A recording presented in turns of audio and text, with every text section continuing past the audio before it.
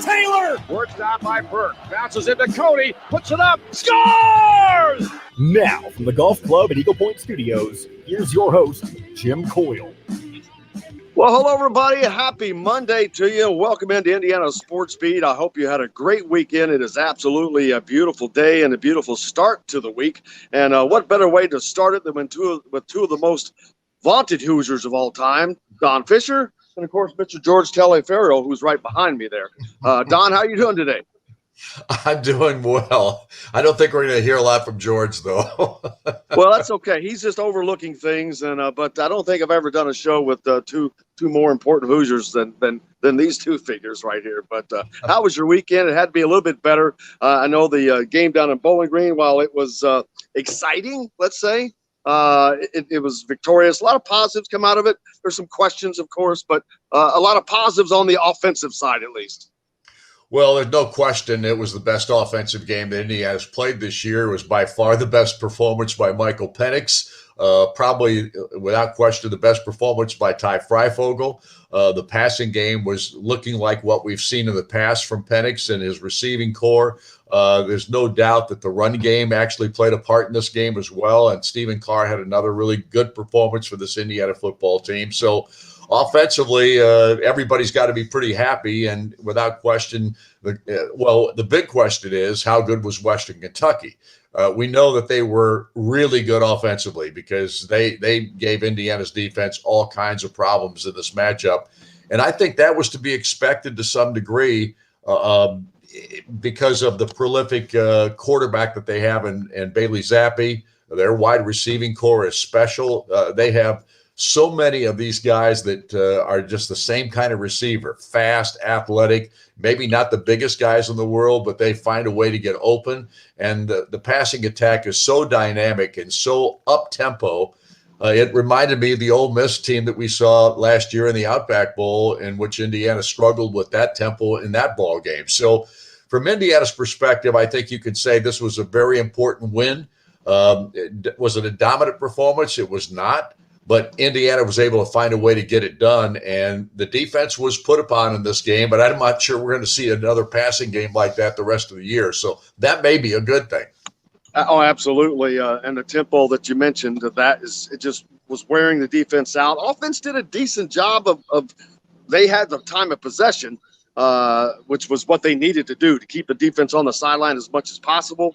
Unfortunately, Western Kentucky was able to have the same output offensively in half the time than Indiana was. But Michael Penix just looked a lot more comfortable. You talked about going to Ty Freifogel, the use of the tight ends more. He looked more comfortable going through his reads. He had the offensive line did a better job giving him more time to look to go through his reads. He just looked like the Michael Penix we expected to see. Exactly. And that we were wondering when it was going to happen because it did not happen the first three ball games. And even in the Idaho game, I mean, they had no yards passing the football in that matchup as far as Indiana's offense was concerned. So to see Michael perform like he did in this game was critical to this team, not only for Michael's confidence, but I think the team's confidence as well. And obviously he didn't throw any interceptions in this game. He didn't throw any touchdown passes in this game. But very odd. He threw for 373 yards and no touchdowns. Right. That's a little strange. Exactly. It was different, to say the least. But they were able to convert. Charles Campbell was phenomenal again in this ball game. This guy is just, man, he is good. I mean, he's just how many did he hit straight now? I know he was 4 for 4 in the game. Yeah, I can't remember. I'll have to go back and look at that, but there's no question this guy's missed one field goal in his career at Indiana. That tells you everything you need to know. And the one that was missed in this ball game, and it was missed, the ball was snapped back, and Chase Wyatt, the holder, kind of bobbled a little bit, got it down, and actually Charles got the kick off. And I think it had enough distance, but it was a little bit to the right. It was off mark. But because of a penalty, they got to do it again, and Charles was able to knock it through. So he kept his record alive of having only one miss in his career, but and none this year. So he had 4 field goals in the game. 2 of them were 40-plus yards. This guy's got a great leg, and he is as accurate as any kicker that Indiana's ever had. Absolutely. And things this week, Charlie Miller joins us. Charlie, how are you, buddy? How you guys doing? Doing well. Doing great. Good to see you, Charlie. Thank you. This week, Don, things ramp up quite a bit. Indiana stays on the road, but they go to Happy Valley, 100,000-seat stadium. Penn State, they're coming off of a big win offensively. Sean Clifford is playing really well. Penn State could be the best team in the Big Ten East or the Big Ten period. Don't know that yet, but it's going to be an absolute challenge that Indiana has not faced this season thus far. Well, you're right. Although I would give Iowa a little credit there, and Penn State will face Iowa, I think, after us at some point. So it's going to be very interesting to see those two teams match up. But you're right. Indiana's going into a hornet's nest in this regard, not only because of Indiana, struggles and all those kinds of things, but Penn State is waiting for Indiana. There's no doubt in my mind, after Indiana won the controversial first game of the season last year, Indiana wins it with Michael Penix diving for the end zone, and they review it for about 10 minutes, and finally it comes out Indiana wins the ball game. So there's no doubt that kind of put Penn State on the decline for a while. They ended up finishing the year strong, but there's no doubt this Penn State team has tons of talent. Really good defense as always. Their offense can be dynamic. The Dotson kid has been special for them. They got a good receiving core, a good running game, a quarterback that's been there forever, and a defense that is always among the best in the Big Ten. So it's going to be a major challenge for this Indiana football team. And it'll be the best challenge Indiana's had since the Iowa ball game. And obviously Indiana's going to have to play their best football game of the year. I believe that Penn State, Michigan State are all 4-0 in the Big Ten East. Ohio State with the loss to Oregon. So the Big Ten East already looking like the Big Ten East of old, as we'll be seeing as the year falls out. But this is a game that sent Penn State in a spiral last year. That was the first game, and they ended up losing 5 straight after that before they won their last 4. So the year before that, at Happy Valley, Indiana played, I think it was within a touchdown in that game, if I'm not correct. Yep. I mean, Indiana's played Penn State tough, and they've played them tough at Penn State in the past. But this team, as I said, Indiana hasn't shown what they're capable of in a total package at this point. The defense Saturday had all kinds of problems with the Western Kentucky passing game, which I anticipated that was going to be the case because of how fast and the up-tempo play that Western Kentucky does with their passing attack. And that quarterback for Western Kentucky is probably as good as any guy that you've ever played against that you've never heard of.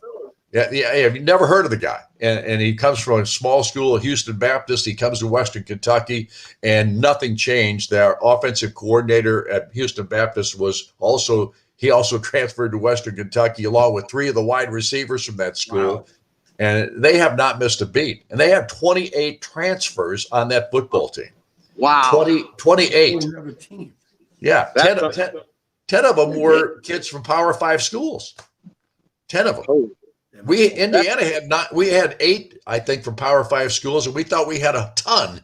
And they had 10 and 28 in total.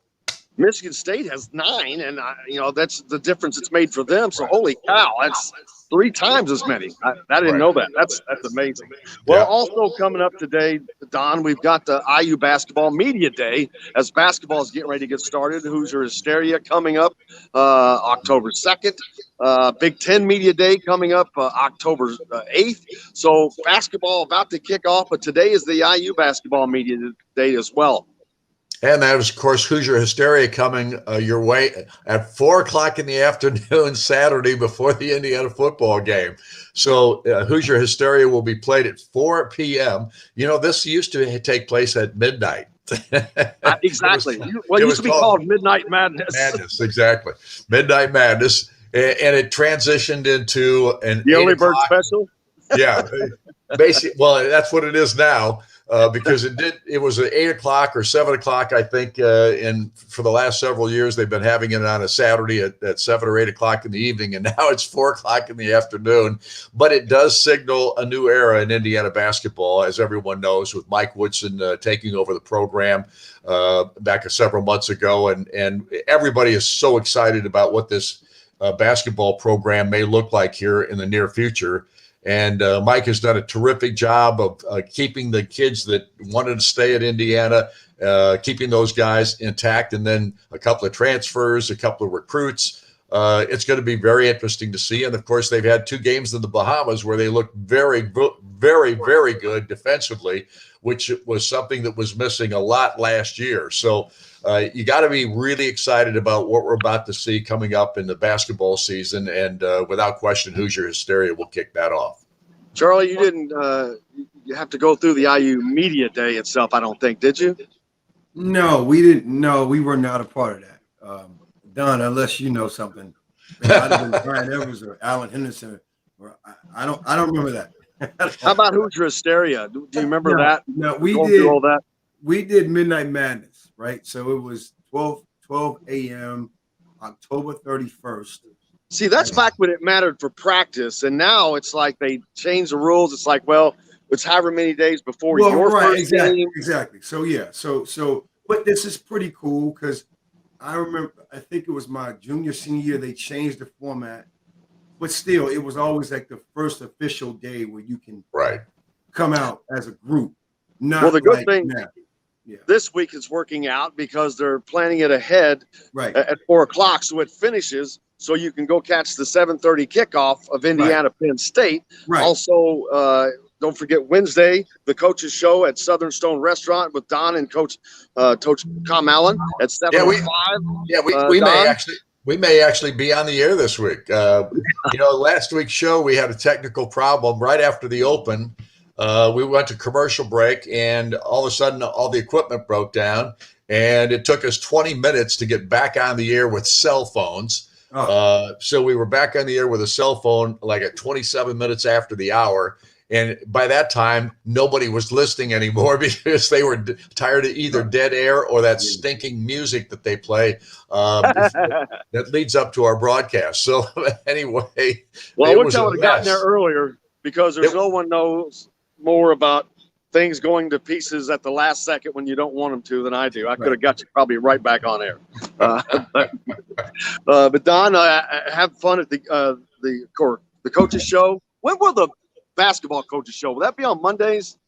Basketball coaches show will be on Mondays, as it has been in the last several years now. It will continue that because Monday seems to be the one night that it conflicts the least with other games and other things that are going on. So we'll be on the air with Monday night shows. And, of course, we'll be actually doing some of those in November when we're still having football coaches shows. It'll be Monday and Wednesday that will be at Southern Stone Restaurant.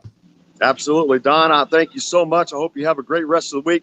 Man, you better get out. Well, you can't. You got to head this way for the pressers and IU Basketball Media Day. But you're going to say something about golf. You're saying something about golf, and you're just getting ready to, man. I was just making me mad. I'm missing out the good weather here in the fall for golf. But my golf season's always ended in the fall anyway, so I'm used to it. All right. Well, we'll see you soon, Don. I appreciate you. Thanks, guys. Appreciate you. See you guys. The great Don Fischer joining us here on Indiana Sports Beat. We got tons more coming up. We'll be back with it right here from the Golf Club at Eagle Point Studios. Mobile coming to you from Indiana University. Back after this. Hey, Charlie, how you doing, buddy? Hey, good, man. Good. Enjoying myself. My birthday was yesterday, Jim. Oh, shit. I didn't know that. I know. And it was Don's the other day. We should have said happy birthday to both of them. Oh, man. Man, happy birthday, Charlie. Thank you, man. Turned 45 yesterday, guys. When I turned 21, my friend told me that's the day you stop aging. Well, you become however many years old at that point. Right? Well, when I'm 24, I'm 3 years old. If you're female, I always say you're 18 again. 18? Just being nice. 18? I like it. Oh, yeah. What is that? I got too many things. Man, what a beautiful day to not have to worry about rain. This is awesome. No. I finally got to cut my grass yesterday. Not that that's a fun thing to do, but I finally got to do it. John, are you in Bloomington? No, I'm down in Mount Washington, Kentucky, just south of Louisville. Oh, okay. The weather's typically pretty similar. It's about a 2-hour difference. Yep. Time frame too, right? Same time zone. Same time zone. Okay. Mhm.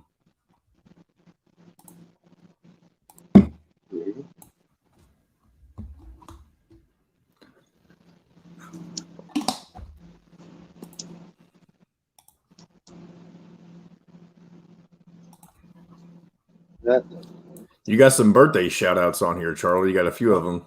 Thank you. I appreciate it, Tony. Thank you, Ross. Thank you, man. Thank you. Yeah. Thank you, Michael. Music. I love that name, Michael Music. Where the hell is that?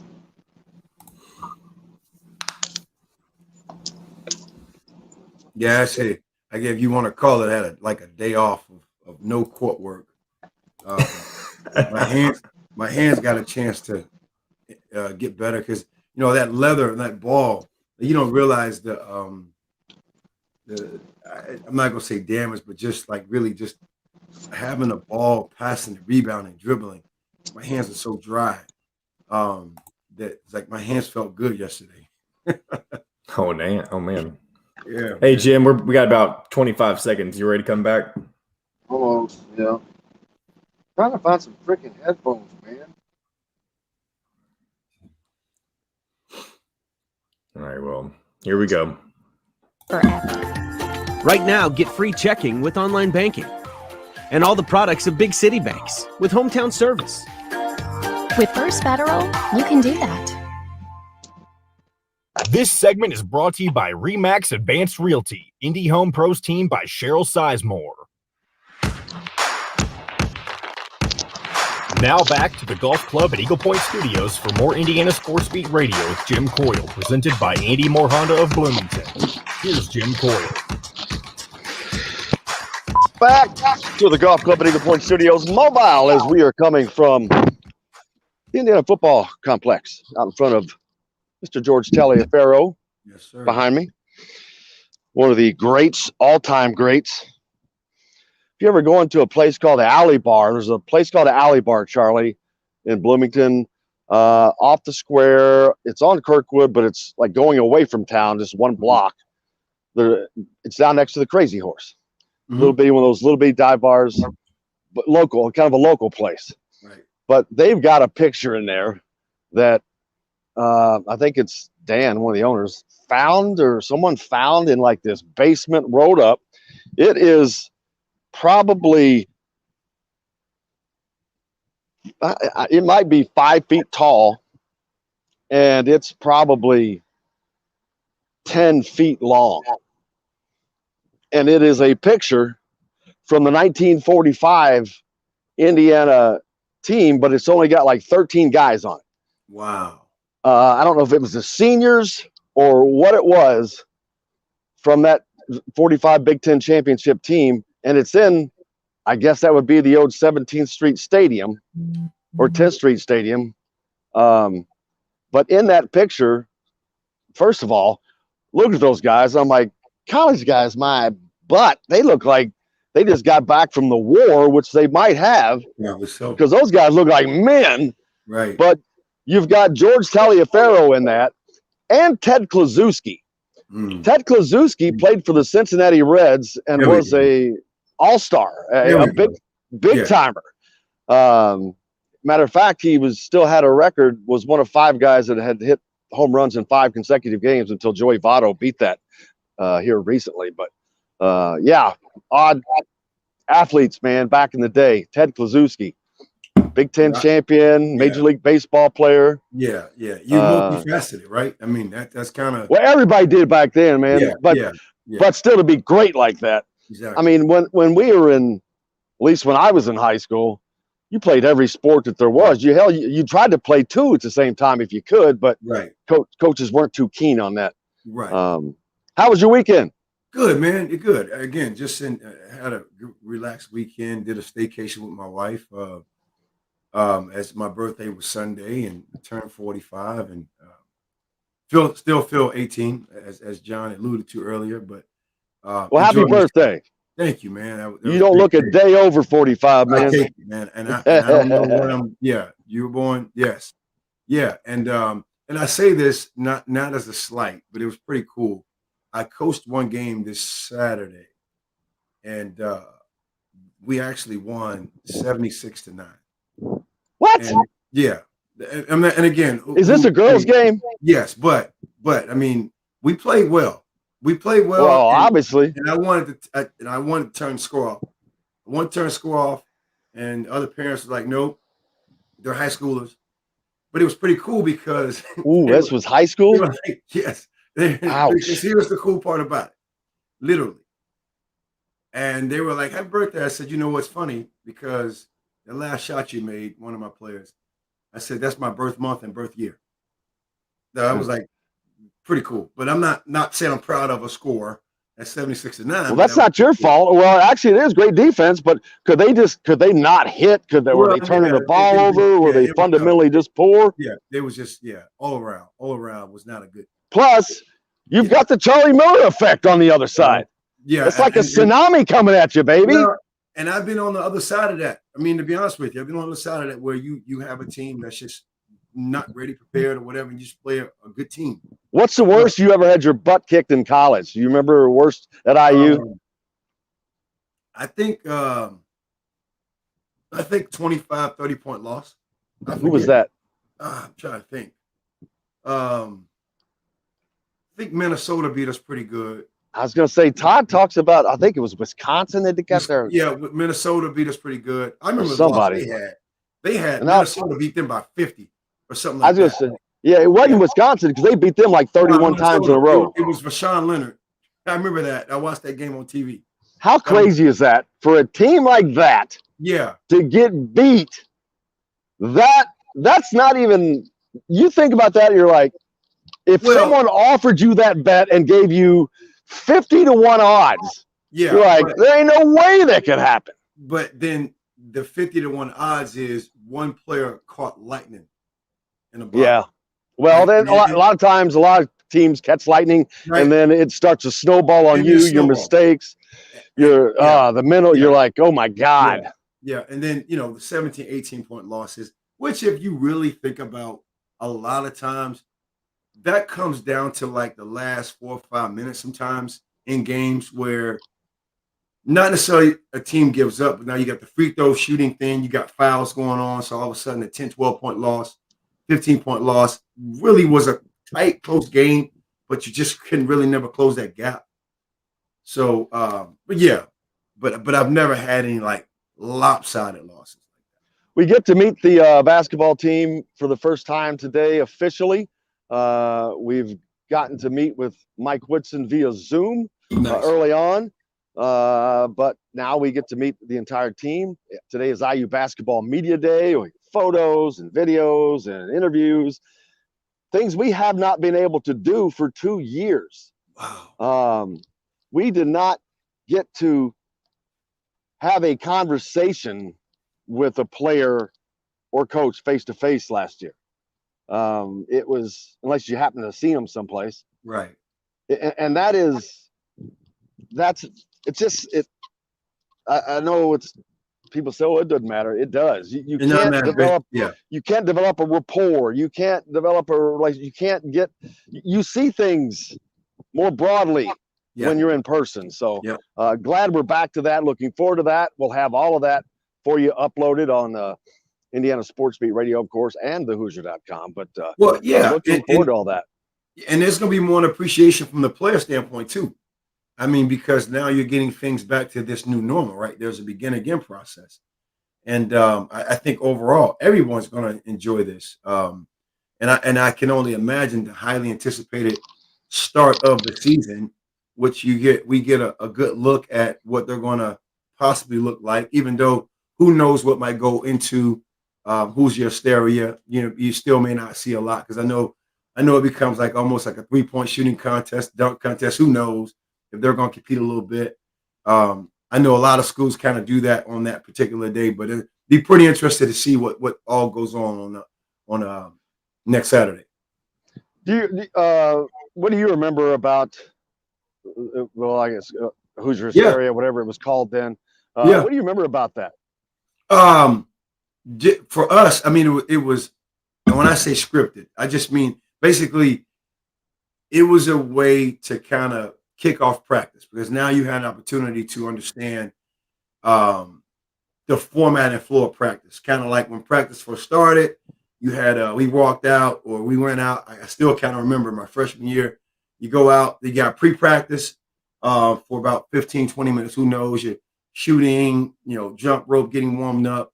And then, Coach Knight with a cue of 11-man break or whatever. Then you're doing this 3-on-2, 2-on-1 drill, right? 3 offensive players against 2, coming back down the court, 2 offensive players versus 1. And then you go to zigzag drill, right? So kind of detailing out from offense to defense, hands behind your back, sliding, so intensity, just full court stuff, having fun. That win, the first 15 minutes, catching that second win because the drilling is going too. Yeah, I don't know that they do nearly as much now. It's more of a show. That's what I'm saying. Right. And they've got the ladies team involved. Gotcha. So exactly. So, and it's going to starts at 4:00, and that will give plenty of time for the 7:30 kickoff. Right. As a matter of fact, a lot of people will be in town. You might as well head to Southern Stone Restaurant to catch the IU game. But looking forward to doing all that. I'm not going to go to Penn State. I'd like to go there, but I'm like, there's too much going on. I actually didn't go to Western Kentucky this weekend. That was because of a credentialing mishap, but I enjoyed the hell out of it. I'm going to be honest with you, to be able to get a little break, because man, they don't come very often, and it's especially now today with you got football started, we've got the show, then we've got the football pressers that go a couple hours, then we've got just a little bit of break, and then we go right into IU basketball media day today, and then I've got a show with Mitchell Page tonight at 6:00. We'll do the Monday quarterback. We've been doing it right after the football pressers, but now with Mitchell joining, we're going to push that back a little later. Plus, because especially today, it wouldn't have been possible, but it's going to work out perfect. So just as a reminder, 6:00, we'll be doing Monday quarterback with Mitchell Page. Follow up on what just happened and what's coming up. Do you know Mitchell? Do you know who Mitchell is?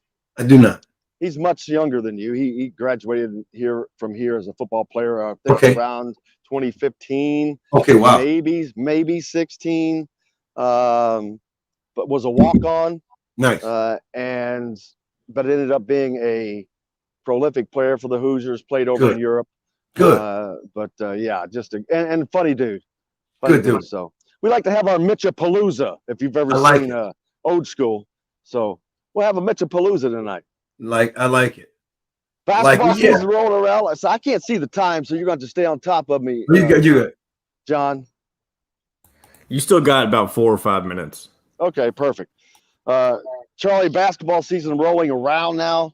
Now we've got everything happening. We've got football, basketball, soccer, the NFL. You've got the Major League Baseball races coming to a close. I don't even want to talk about the Reds anymore. They're tanking. The St. Louis Cardinals have won, I think, 476 games in a row now. I'm kidding. I think it's 14 though, which is that's big time, man. You remember watching the movie Moneyball, Billy Beane, the Oakland Athletics, and they won 20 in a row that time. That was gigantic, but not many teams get on a roll like that at tournament time. And I'm talking, it doesn't matter what sport you're talking about, Charlie, to be able to get on a roll like that at tournament time. I mean, you want to talk about, I don't know in baseball if that's peaking or if that's getting the right breaks. I haven't studied all their games, but when you win 14 in a row, you're doing something right. You're getting some luck, of course. Things are going your way, but you're also doing things right. And, man, what a time of year to be doing that if you're a Cardinals fan. Well, you talked about something earlier. Think about your schedule. And I'm going to tie it right back to what we just talked about. One thing I guarantee they're probably getting with their top players is rest. When you're able to get rest with your top players, and also you got momentum on your side, right? Old Lady Mo, right? Momentum. You have momentum. You're finding out how to get hits, right? Uncle Mo, Old Lady Mo. We called him Old Lady Mo. I forgot about what's the Title IX. So you got to have Old Lady Mo. Exactly. You got to have a lady in there too. So you got that momentum. You got camaraderie. You almost got this sense of also we don't have pressure. We're not coming in with pressure. I remember I can remember as a player stretches of walking into arenas knowing you're going to win. It's going to be a dogfight because they're going to put up a fight, but you just have the upper hand. I remember vividly a stretch we had my sophomore year. That was my sophomore year. Freshman year, I remember a stretch we had because Alan Hens was with us. I mean, we had a stretch where I just felt we walked in, we were going to take care of business. We had to play. We were going to take care of business. And I can only imagine winning 14 games in the Major League, especially around this time, because October is that playoff season, right? There's teams that need desperately to win. They needed to win. Well, the Cardinals were one of them because the Reds at one point were leading the wild card playoff race. It was the Reds and Padres who everybody was talking about. Now nobody. The Reds and the Padres are in the rearview mirror, man. Yeah, and I was in St. Louis, man. That's a rocking city, and that's a prideful city when it comes to the Cardinals. Wow, sports town, man. It really is. It really is, man. And I was in town when they were playing somebody running the camp in St. Louis at St. Louis University, and man, I mean, you couldn't. I mean, every hotel was packed, every restaurant was packed. It's like that is a sports town. It's as good if they had a good college program in near or around there, they could vie for best sports town in the country. I would definitely say that because they're great as a professional sports town. I would put them at the top because their fans enjoy the hell out of their teams. I don't think there's not much vitriol when you go there. It's just great stuff. Busch Stadium, and they're just a great sports town. They don't have the college to go with it, though, and I think that hurts them. Like Indianapolis, to me, is probably the greatest sports town in America. I mean, it hosts the NCAA. It hosts so many events. You've got the Indianapolis Motor Speedway. The NCAA is housed here. The Pan American Games are housed here.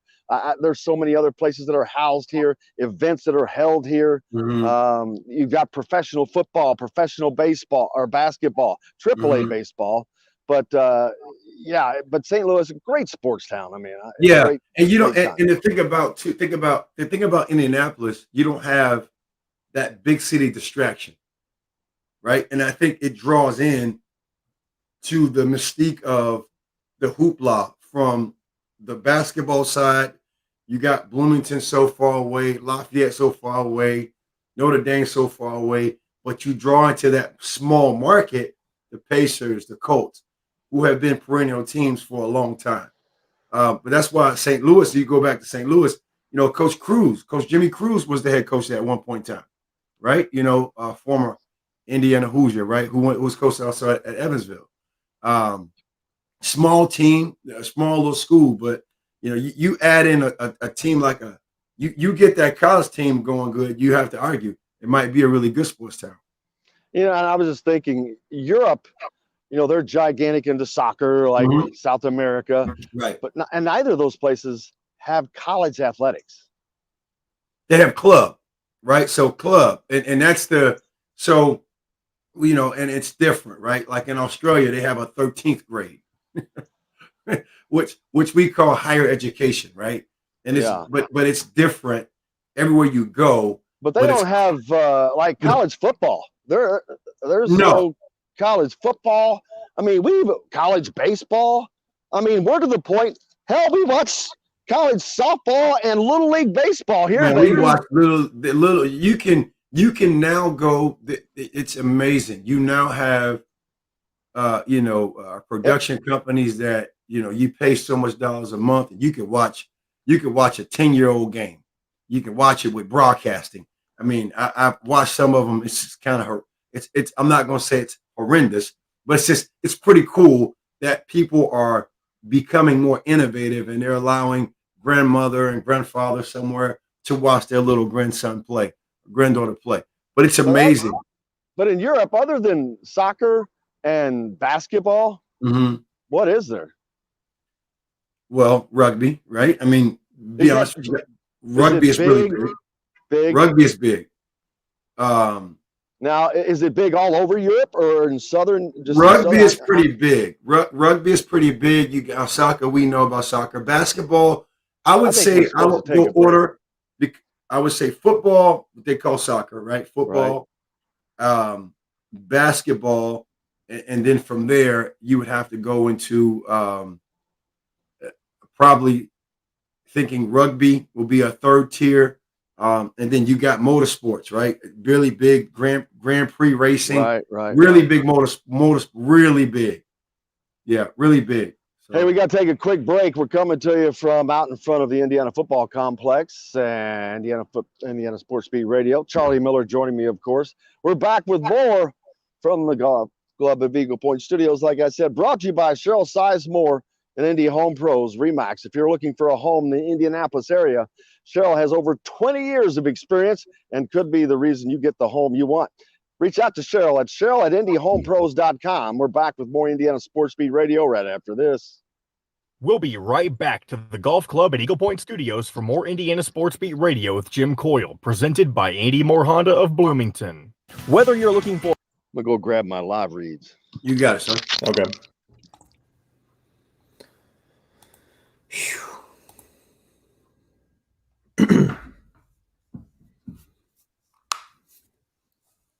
Tennis is big. That's true. Oh, man.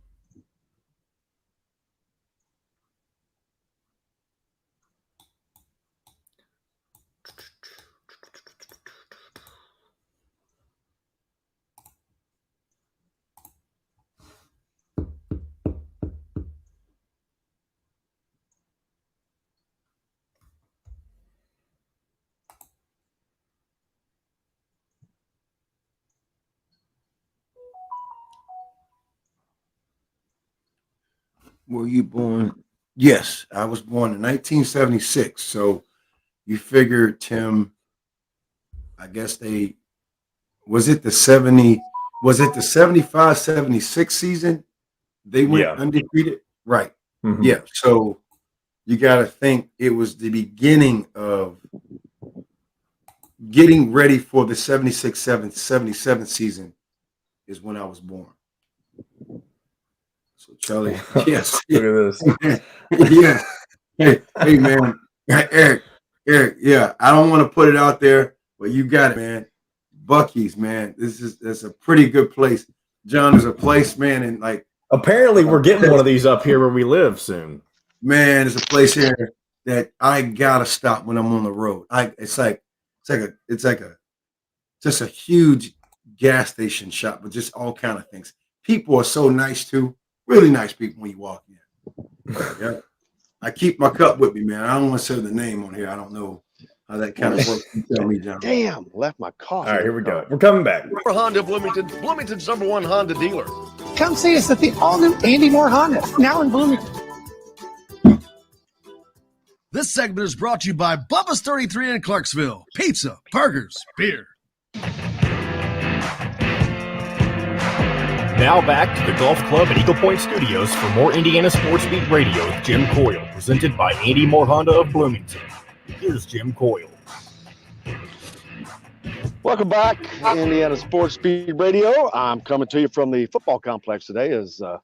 Got all kinds of stuff going on. The pressers happening today. Football. You got IU basketball media day going on today. Tonight, I'm planning on being at Southern Stone Restaurant at 6 with to do a show. Mitchell Page. He'll be via Zoom, but looking forward to that. Don't forget Southern Stone Restaurant, host of the coaches shows. Open for lunch or dinner. Southern Stone offers comfort food with Southern charm. You can go on the outdoor patio or the spacious inside seating, knowledgeable bartenders, and you can catch the IU basketball and football coaches shows there each week. That's where I'll be. Looking forward to it. Nice. Well, you said what is staycation? So you guys just stuck around home this weekend? Yeah. Just go to the local hotel downtown, and cool thing about Dallas. So many facets of Dallas, man. That I didn't realize we were only 20 minutes away from home, being downtown. So pretty cool. Just my wife surprised me. I kind of knew something was going on because my mom, best word I can say, she snitched. My mom gave me some cues earlier on. I was talking to her. She was like, "Oh yeah, I know. My niece will have my son." I'm like, "What do you mean? What are you talking about?" "Oh, you don't know?" "Oh, I spoke too soon." I said, "Well, yeah, thank you." I just kind of act surprised. I just let the weekend unfold. And even also I think some of my players on the team, they knew because my son was going to be kind of watched as my niece coached our game. My niece played college basketball as well. She played at a small Division II school. I can't say small because actually they were like top 10 in the country all 4 years of her playing career, top 5. Small but mighty, baby. Small but mighty. And, every Tuesday, we talked about Jeff Sagarin, but every Tuesday they were always ranked top 5.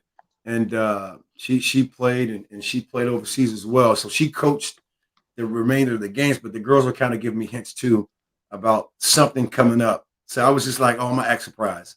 So it's pretty cool. Did you watch any sports over the weekend? No, I did not. I played some golf yesterday. Had to get a rain check because the golf course was just backed up big time. I mean, I say backed up. I was supposed to go do something, and I wanted to get a lot of stuff done yesterday. I wanted to clean my car out. Mm-hmm. I wanted to get ready, more prepared for this week because there's so much going on. But it was like it is right now. There's not a cloud in the sky. Nice. And I'm like, man, come on. We had a golf scramble for Dog Shy Dave Pratt a week or so ago, and at the auction they had one of those push carts for your golf bag. I heard you talking about that has a battery on it. Wow. So I took it out the first day just to get it, a couple holes. And so yesterday I'm like, all right, it's beautiful. I'm gonna walk, get some exercise. Whoo! That walking, man, you have to get used to that. Hey, wow, I haven't walked prices. I was in my 20s. I'm like, whoo! Even with a motorized cart that I wasn't pushing, just walking that distance nonstop, I think I ended up playing like 8 holes because I was jumping around, but I felt it. Good exercise, but man. I call it overzealous, and that's kind of how I got. So I just got a push cart, and I was like, I'm gonna walk, and I walked. Yeah. The last 2 rounds I played, and it took all 17 minutes per hole, and it took over 4 hours, 4:15, 4:17 to play. But it was about 18,000, 20,000 steps, right? As I was keeping track of it. And I was like, that's a whole nother game. And because especially, I haven't really established a handicap, and I'm just trying to respect the game. Yeah, that's a whole nother world. I can save a whole hour and 15 minutes by being in that golf cart. Oh, I have a friend, Fred Calgill, who sports director down at WLKY, the CBS in Louisville, who I first worked under.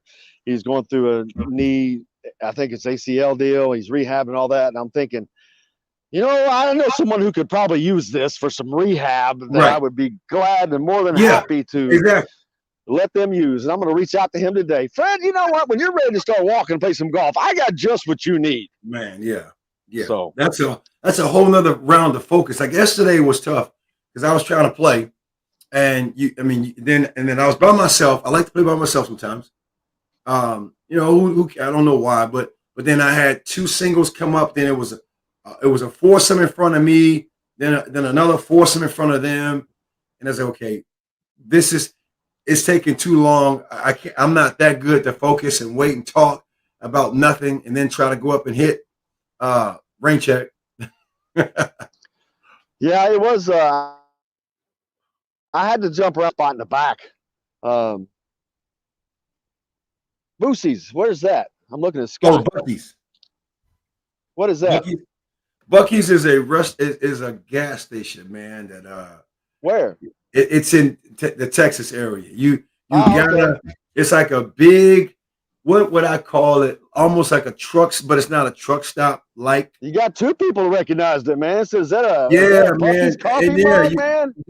No, just the cup, just the Beaver, man. The Beaver. They just a great place to stop at. I mean, the people are really, really nice. Everybody you walk in, welcome to Bucky's, just nice people. At a truck stop? That's wild. It's not a truck stop, but it's like a grand gas station, right? Gotcha. You got but really good food too. Not, you got your beef jerky from your brisket sandwiches, your pork sandwiches, whatever you want. You got your cinnamon almonds. This place is huge.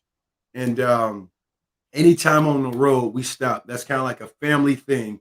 We're gonna drive at least halfway, stop the Bucky's, and that's like a 20-30 minute stop to kind of reprieve, relax, walk through, gotta get you a mug or something. So how many are you gonna be able to get up here more frequently this season? Now my goal, my goal, at least I want to come to at least one game, because again, I still remember when I met you, it was at the Penn State game. One game coming up. One game. Yeah, I'm coming up. Yeah, definitely. We need you for more than one game. We got to get you. For sure. Yeah, because like I said, I would love to do, as I still want to learn.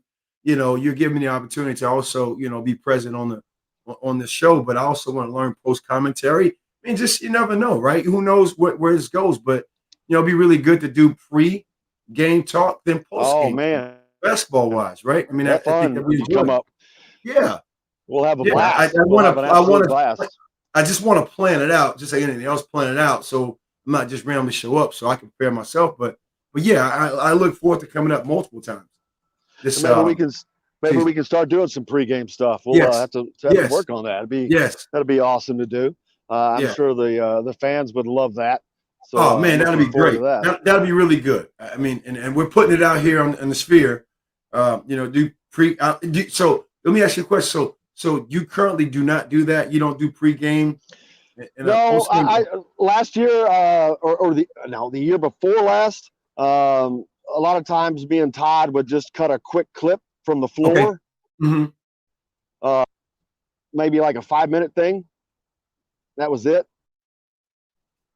Right. Have you on. We could do that and have you on at the same time. So that would be pretty cool. No, listen, I'll look forward to that, because again, that's I guess the way we, I get back into the fray, and I'm on the other side of it, right, with media. But it's funny how the former players they love to analyze and to watch. And it's like when I watch Peyton and Eli. I can't watch the Peyton and Eli thing tonight on the Monday Night Football. Have you seen that yet?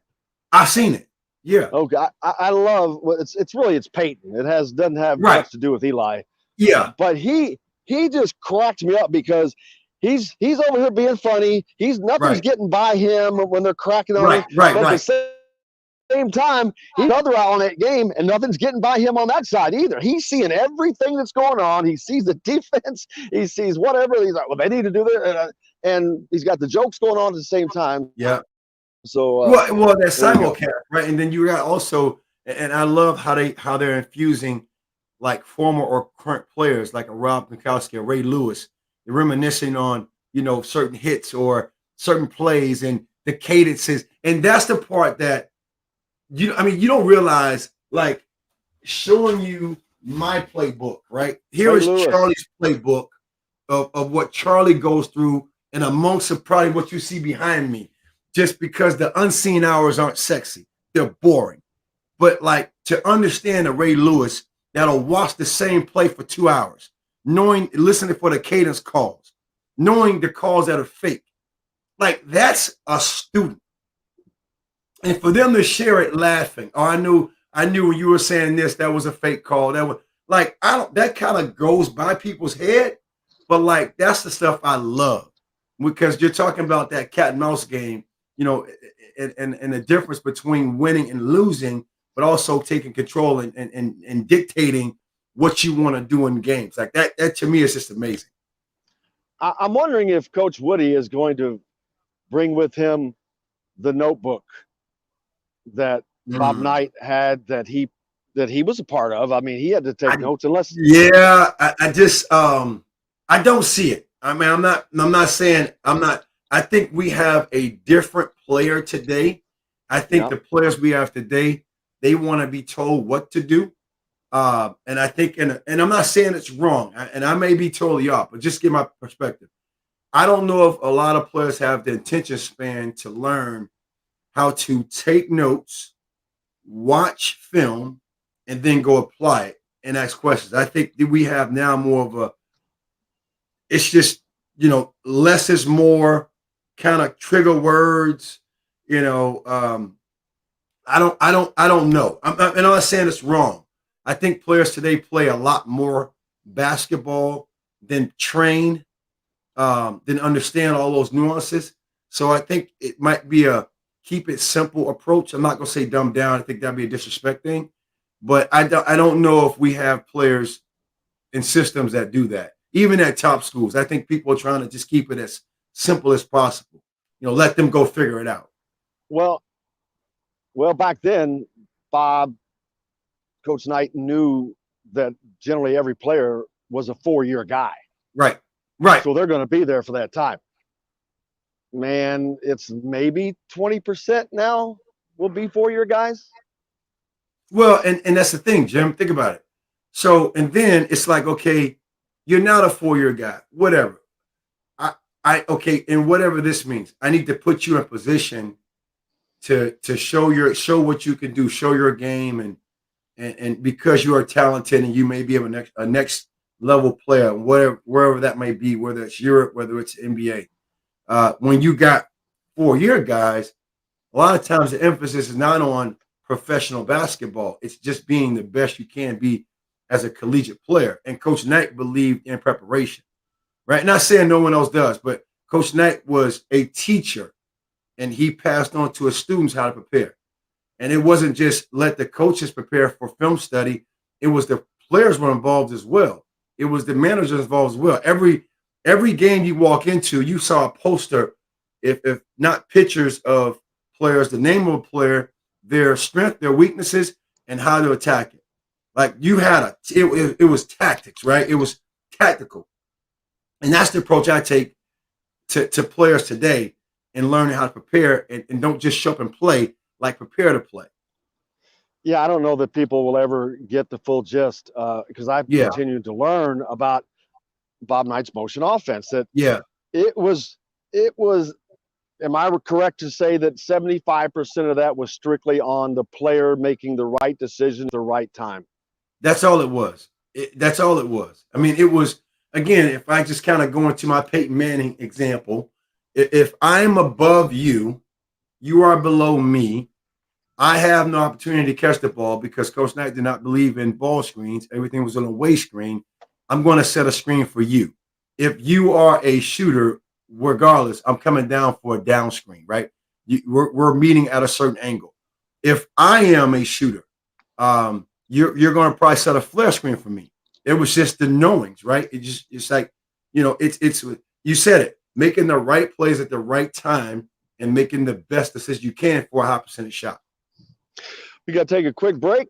We've got lots more coming up. Indiana Sports Beat Radio. Charlie Miller with me. I'm Jim Coyle. We'll be back right after this from the Golf Club at Eagle Point Studios, mobile here at Indiana Football Complex. We'll be right back to the Golf Club at Eagle Point Studios for more Indiana Sports Beat Radio with Jim Coyle, presented by Andy Moore Honda of Bloomington. Hey, Hoosier fans.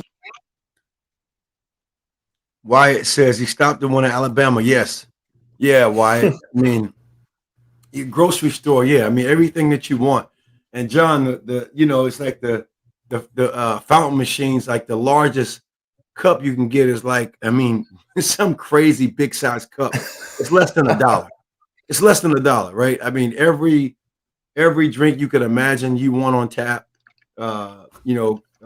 cane sugar, so yeah, I mean, there's this, it's kind of like, it's not really a fast food place, but it kind of comes off as one here in Louisville called Joella's.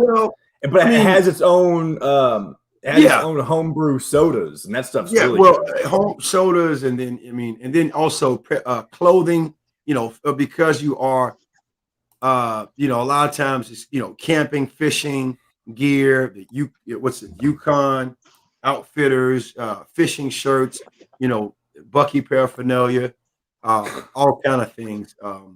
So I have different size mugs. Got a small one. I call them Shorty. you put the stuff. You put the adult Kool-Aids in that, right? So so just good stuff, man. Yeah, I hope they say we're getting one around here soon. I'll have to check it out whenever we get it. And then they say we're also getting a Publix. I know that's native to where you're from, Florida. Publix. Wow, that was the southern thing. It's expanding. I know. That's amazing. Well, all that stuff has changed anyway, because what you would have, I think it was Tom Thumb and God, I'm getting choked to death. Albertsons, and it's the same. It's the same company, different name. Yeah, we have a Tom Thumb here. You all have, I believe, in Bloomington there's or in the Midwest there's an Albertsons, but it's the same company. No, Albertsons is southeast, I think. Okay. Gosh damn it. Down here where I'm at, most of it is Kroger and Walmart. We got Kroger's too, right? Kroger's, yeah. Sounded the cleanest restaurant. I would say yes. Listen, I was going to get to it. They have the pay structure of their employees, and you see why everybody's so nice. I mean, it's Jim. We got to get Charlie to be sponsored by Buc-ee's for the show. All he has to do is go out there and make it happen, baby. Yeah. All right, here we go. Coming back. In Bloomington, then stay for dinner at Sam's Clubhouse. Sam's Restaurants, professionals in the art of food and drink. This segment is brought to you by Andy Moore Honda of Bloomington. Now back to the Golf Club at Eagle Point Studios for more Indiana Sports Beat Radio with Jim Coyle, presented by Andy Moore Honda of Bloomington. Here's Jim Coyle. Welcome back. Indiana Sports Beat coming to you on this beautiful Monday, and it is absolutely gorgeous. Man, this is what you call Chamber of Commerce weather, Charlie. I love it. No humidity. Just a beautiful, beautiful day. Now help me out, Jim, because I'm looking at where you are. Is that area renovated? Because I don't remember that area where you like. Well, I don't remember how long ago it was they did it, but this guy would know that's walking up, Coach Mark Deal. Coach, when did they renovate? How long has it been since they've renovated this? See, that's your perfect timing. But first of all, how about the blue shirt? Oh yeah. From last year, from the defense. Yes. And how about Mark Deal joining us, by the way, former coach, and you're the varsity club now? No, the assistant athletic director for alumni relations. He's just got too many hats that he wears. Our boy down in the Kane Womack, are they 4-0? I didn't see this weekend. They were 3-0. They had a bye. Well, they're still undefeated. And so is Kalen. They had a bye this week? Yeah. So South Alabama had a bye. And Kalen beat UCLA a couple weeks ago. Right, they're Yeah. 2-1 and They ranked lost. 22nd in the They country. only lost to Oregon. But they covered the spread easily. I don't know about those. I was texting with him the other day, and I said, "Hey, man, you guys keep going. You might win the Pac-12." But they're not in the Pac-12. Yeah. They're worried about the Mountain West. How about this weekend? A lot better offensively. Great game. That's the best offense we played all year. Oh, without It's the best question. quarterback we played all year. Without question. Yeah. They're really good. Michael They're Penix looked a lot really- more comfortable. They're really good. Yeah, and Mike played well. Obviously, I'm talking about the team we played, West Kentucky. But yeah, Mike played very well. I know you can't hear him, Things but are Charlie doing- Miller's on there with us as well. You can say hi to Charlie. Hi, Charlie. How you doing? How you doing, sir? Awesome. Good to see you. Good to I appreciate see you. it, sir. I know Thank Mark you. told this story on here before, Charlie, but Mark, when he was coaching football at IU and recruiting Antoine Randall, Yeah. one of the most dynamic football players that he ever saw was, you tell him. Allen Iverson. Yeah, of course, in Virginia. Exactly. Yeah. Exactly. Yeah. Yeah. That was his sport. That was his AI sport. was amazing. He looked That like was his he was sport. Antoine Randall. That's He right. played wishbone quarterback and was fearless, just like he was going to the hoop against Shaq. That's right. That's right. That was his sport. And we came out the same year. So I get it. I totally get it. And amazing how he made it look so easy in basketball, but that's why he was always on the floor. People didn't realize he's just getting hit. He was fearless. Nice. Fearless. And punt returner, safety, quarterback, he could do it all. He's a great football Right. player. Amazing. Yeah. I love to have seen him play. Indiana now is going on the road, brother, to a place that's just not fun to go to. 100,000. They're playing well, but Indiana's shown they can play at Penn State. 2 years ago, they nearly upset them there. Last year, they beat. It's going to be a tough challenge. They're playing pretty well offensively right now. Yeah, we're looking forward to the game and looking forward to going there. They have great fans, and it'll be exciting night. The Big Ten East, man. Michigan's 4-0, Michigan State's 4-0, Penn State's 4-0, Ohio State's 3-1. The one that's not undefeated. Maryland's Big Ten East, undefeated. Maryland's on 4-0. Just Rutgers played Michigan lost tough one. for a while. Lost one. Yep. The Big Ten East is back to being a juggernaut. It is every year. It's the best division in college football. What you got coming up, I'm going to a travel meeting right now for the game. buddy? Enjoy it. Good Appreciate you to see taking you, a second to Charlie. stop by. All Hey, nice right. to see you, sir. Thank you. Coach Bardille joining us for a second. Appreciate him. That's awesome. That's awesome. Good Stepping by. time. Absolutely perfect. Great time. Earlier, Ty Freifogel walked by. Michael Penix walked by. I didn't want to grab those guys. You got to stay within the protocol there. So I didn't want to grab those guys. But you can talk to coaches and whatnot. Well, Mhm. he's not a coach, so he's Right. someone I can just grab when I want. But just a fun guy, though. Been around the program for a long, long time. Coached here, played here. But yeah, I love that Allen Iverson story. Mhm. That he told from a long time ago. But it just shows you the greatest athletes are just great athletes, man. I mean, listen, Deion Sanders. I mean, like if you think Bo about Jackson. like Bo Jackson, but to know Deion Sanders' story and how he again revealed and the thing about all those guys is they had a focus. They had a focus. When they played football, they played football. When they played baseball, they played baseball. They had a tremendous focus. And so dynamic as far as what explosive, as far as what they can do. Well, look at his coaching. He's doing pretty daggone good coaching. Was it his team that upset? Who'd they upset? Florida State? Well, I Can't think you remember. cut May out, Jim. not have I been. missed you. I'm sorry.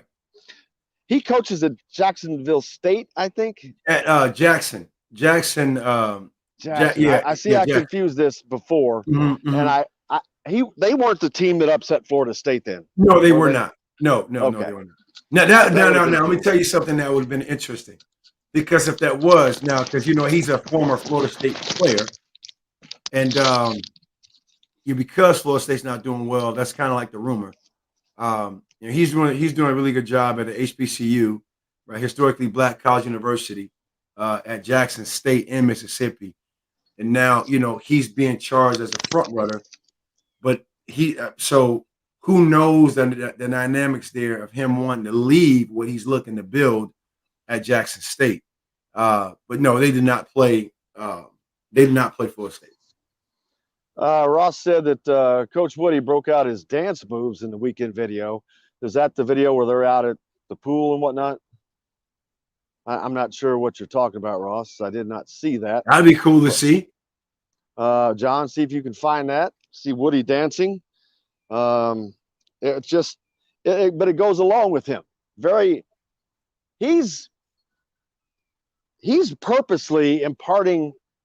There you go. His personality onto this team. And sometimes it may not even be his personality naturally, but he's going out of his way to do it as a relaxation thing, because the one thing the guys that have been on this team have gone through for the last 4 years has been hell, basically. Has to been not knowing, to not being confident, not being directed, just not knowing. And now it's a very real feeling. Someone asked me yesterday about Woody and golfing, and I'm like, you know what? The first presser I had just gotten, I saw him on a golf course the Saturday before, and had mentioned that, and someone else followed up that question. Hey, I want to hear more about that golf game. How are you playing? And he was like, without missing a beat, he's just like, well, basically when you're watching me, you're watching Tiger Woods, and he didn't break face, nothing. And he went on, and then he's like, "Nah, I'm just kidding." Right. That immediately, that was his first press conference with us. Right. That was the lightest 2 minutes that had come from an IU basketball conference in 4 years, and I know that. Well, that's just the truth. So I mean, some people get that. One day I saw someone said, "Hey, have some class, lay off Archie." No, I'm not going to. He should have asked and not try to do a job he's not capable of doing, but that's a whole nother story. Mike Woodson has just relaxing these guys, and that is so important. I think that was a big reason in the run in 2002. Mm-hmm. They had the training and the coaching and the knowledge, but they were relaxed under Mike Davis. Mike didn't know a lot what he was doing. That helped, but they were playing relaxed because it was like, man, it's okay. If you make a mistake, it's all right. You're not going to get your ass chewed out. You're not going to get ripped. You're not going to get thrown on the bench. It was kind of different, and it just allowed them to play with reckless abandon. I don't know if people really understand that magnitude of what you just said. When you know your window of tolerance, your margin for error is you can't do no wrong. That's a whole nother way of play. Every possession now becomes, I'm in the backyard playing against my friends. Who cares what's at stake? Now you take that block from AJ Moye. You take the way Tom Coverdale played. That all had to do to me with you saw relaxation. You saw people. First of all, you got to rally around what happened midseason with Coach Knight. You got to rally around again a vulnerable Coach Davis, Mike Davis. Who admitted I really know what I was doing, and you put that ball together. They're all playing for each other. And again, like we're talking about the Cardinals, and magic struck, and doing it with a chip on the shoulder on top of it, and they prove they belong. You won. I still right. So and a coach, Mike Woodson, who's been around professional players 30 plus years of his coaching career. The model as a pro is do your best and delegate the rest. What I'm bringing you in for and what I'm paying you for, if you are a shooter, is not the rebound. If you're a shooter, is not the dribble. He's bringing that mentality to these players. Do what you do best. I got players in other positions. Just play your game. Go have fun, and let me coach you. Let me get you to where you want to go. That mentality, Jim, is like, okay, you mean to tell me I can go play? I can go play like I know? What else do you want? It wasn't a last-second, but that block by A.J. Moye is one of the most defining moments, of course, in Indiana basketball. It was a moment that it's one of my top 2 favorite pictures in sports of all time. Right. I love that picture.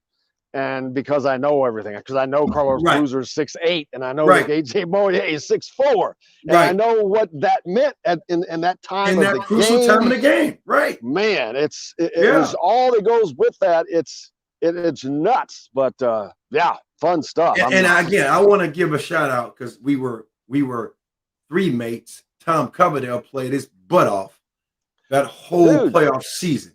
Tom looked like a whole new Tom. He played his butt off.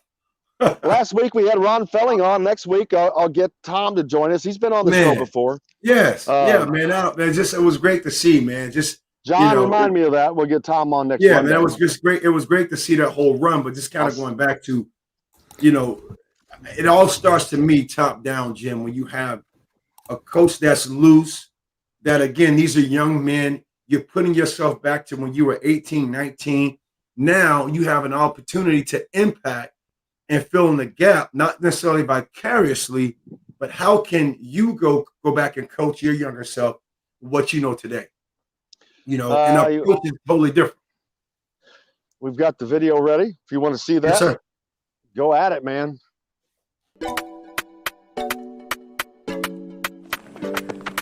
I didn't say hit it.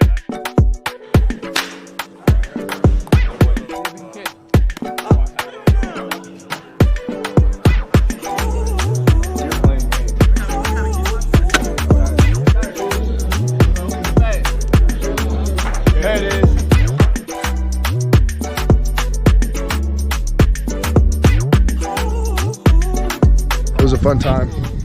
See y'all tomorrow. A little bonding, a little team bonding.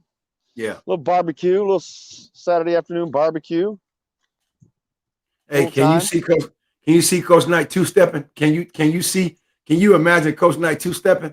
And some music going on and some videos cutting up. Can you imagine that? I can see him throwing the ball down, spiking the ball. That's it. I had Coach in my head right now saying about 5 or 6 bomb words. Get that camera out my face. Let's take a quick break and we'll talk about Noah Clowney.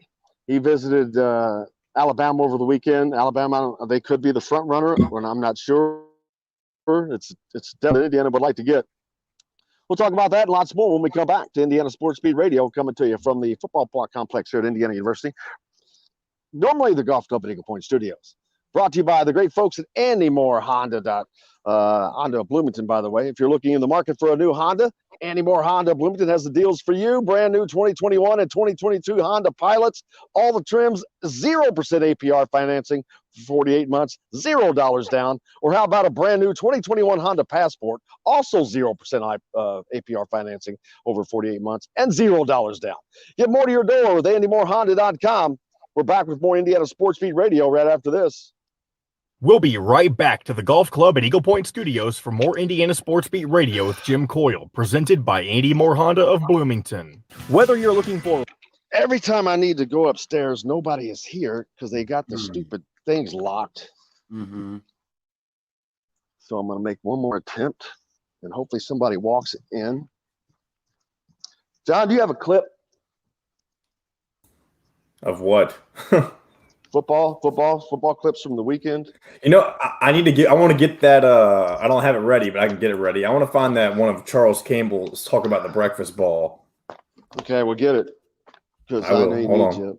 Can you try to get it for when we come back? Well, I'm hoping somebody. Unfortunately, probably not, because I've got to take care of the other things. But yes, I will have it. Oh, perfect. Thank you. Hey, can you get me up on the elevator? I don't have the card. I got to get up on 3. Thank you. I appreciate you. I always got to do it in breaks of the show, and I'm like, damn it, nobody's ever coming by when I. The elevator kids usually don't get a card for it, but Well, I'll make sure. Are you going? What's the football floor, too? I'm going to Hinkie. Okay, yeah. Or that 2? Yeah.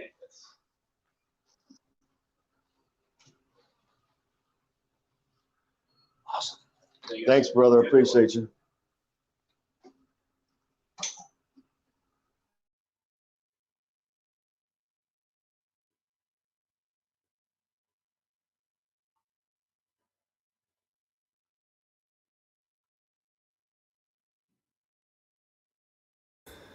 Oh, yep, that's the football. Obviously. 3. Uno más. Hey, we're coming to you live from the elevator. You're kind of cutting out though for a sec. Probably don't get good signal in there. because I'm on the elevator. Yeah. Not on elevators usually.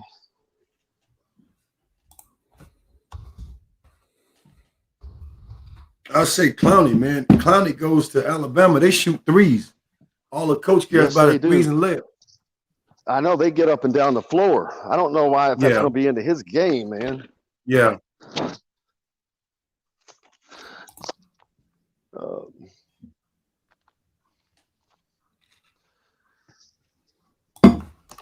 Oh shit! I got to take that. So.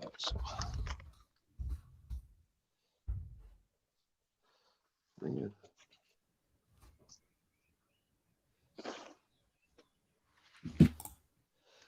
All right, we got about 15 seconds. Shoot, I need a new sponsor real quick. At the all-new Andy Moore Honda, now in Bloomington. This segment is brought to you by Aurora Specialty Sleep Clinic.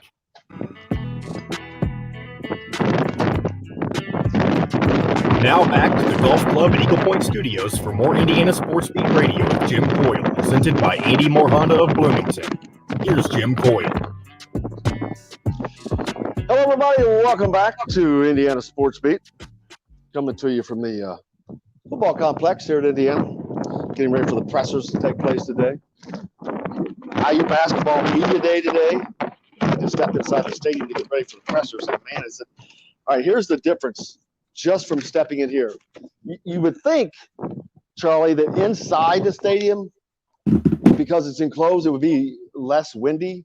Right. Because there was zero wind right out front. Right. And I am in here, and let's see. You see that flag whipping? Oh, yeah. Active. I mean, the wind in here is unbelievable inside the enclosed stadium. So you can But imagine. you're elevated. Gee whiz, that almost went.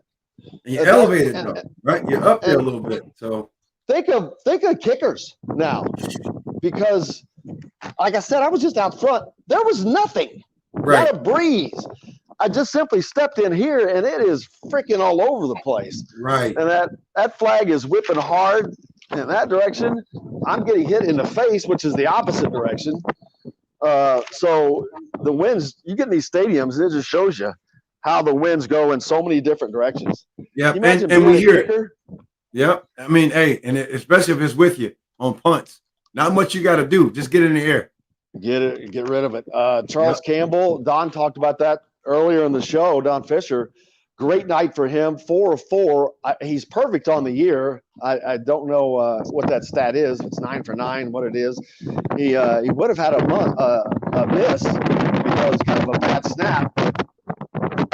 I think there was a penalty. I forget what it was, but he got a breakfast ball in the golf vernacular. What Charlie and that means usually, especially if you're playing in the morning, that first drive is kind of hard. So right, you get a mulligan in most places, but a little breakfast ball at the first tee at least. Right. But I don't know, John. Do you have that video yet? Couple more minutes. Oh, okay. So anyway, but yeah, Indiana basketball getting started. You got the basketball season getting ready to get started. Hoosier Hysteria coming up October 2nd. What is today's date? Like the 27th? 27th. So that's Saturday. Hoosier Hysteria is this Saturday. Mm-hmm. This Saturday. I can't believe that it's here already. I'm wondering what Assembly Jim, Hall are is going you to be able to like. move somewhere else? This wind Right, is come up. awful. Yeah. Yeah. That wind is kicking. There you go. That'll I would help a say little right bit. there. Sorry, I don't mean to what was interrupt, this? but No, absolutely. I'm glad you told me because I can't tell on this particular microphone because I can't hear it. But That's much. Yeah, actually, that's where it's at right. That's good. stuff. I put that in my shirt. Little wind sock. How's that? Is that better? That's really good. Now, what was I saying? You're talking about Hoosier Hysteria being on Saturday. Oh yeah, looking forward to that. But they don't do a lot, so we're not going to get to see a lot. To be honest with you. No, that's my point. Yeah. It's for the fans. I'm wondering what Simon Scott Assembly Hall is going to be like because this is the first time in 2 years that fans have been able to go. A, B. These are fans that don't have. This is an opportunity for fans that don't have season tickets that can't come to a game. They can bring kids. All it costs is a can of food. Hell, it doesn't cost anything. Exactly. They like for you to bring a can of food. Yeah. But I would imagine. I know you're going to have the lines. That's a good question. Tim, do you think Woodson and Allen will start coming back to Hoover's again next year? Yeah, I do. Why would they not? That's a big event. I mean, I think most events will return. So, but yeah. Nick Westbrook got his first TD? Was that for the Titans? Is he still with the Titans? They kick the Colts, man. They're sucking it up, Charlie. 0-3. I saw somebody say they're done with Carson Wentz. I can, man, that fall from glory. Gosh, man, you just was in the Super Bowl not too long ago. What happened? Right. Well, yeah, that and injuries and everything else. Injuries. A lot of people didn't want him brought in, and then he gets hurt before the season starts. He keeps getting hurt. Bob Kravitz is on each Wednesday, and all season he's been imploring that the Colts needed to have gotten a veteran backup, which how many times have they been in this position in the last couple of years? When Peyton went down, of course, that worked out for him because they ended up getting the draft pick that got Luck. But he ends up bolting, and now you're screwed. And so they're kind of like Purdue. Jeff Brom is a good coach at Purdue. He has not had a quarterback there, which blows my mind. I think he's in his 5th season. He was a quarterback. He is an offensive mind. His brother, Brian Brom, is the quarterback's coach, who was a good quarterback. Indiana has got a quarterback room that is stocked. Michael Penix has had his problems, but he's still good. Jack Tuttle was a top 11 quarterback in the country.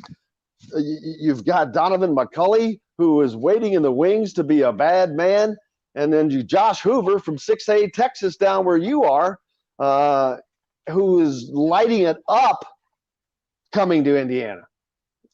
So Indiana has out-recruited Purdue handily in the quarterback's room. Purdue does have a kid coming up from Gibson Southern who was thrown for a lot of yards. But that's just the thing I've usually when you're a coach of any sport, what you played or the position you played is what you're most familiar with.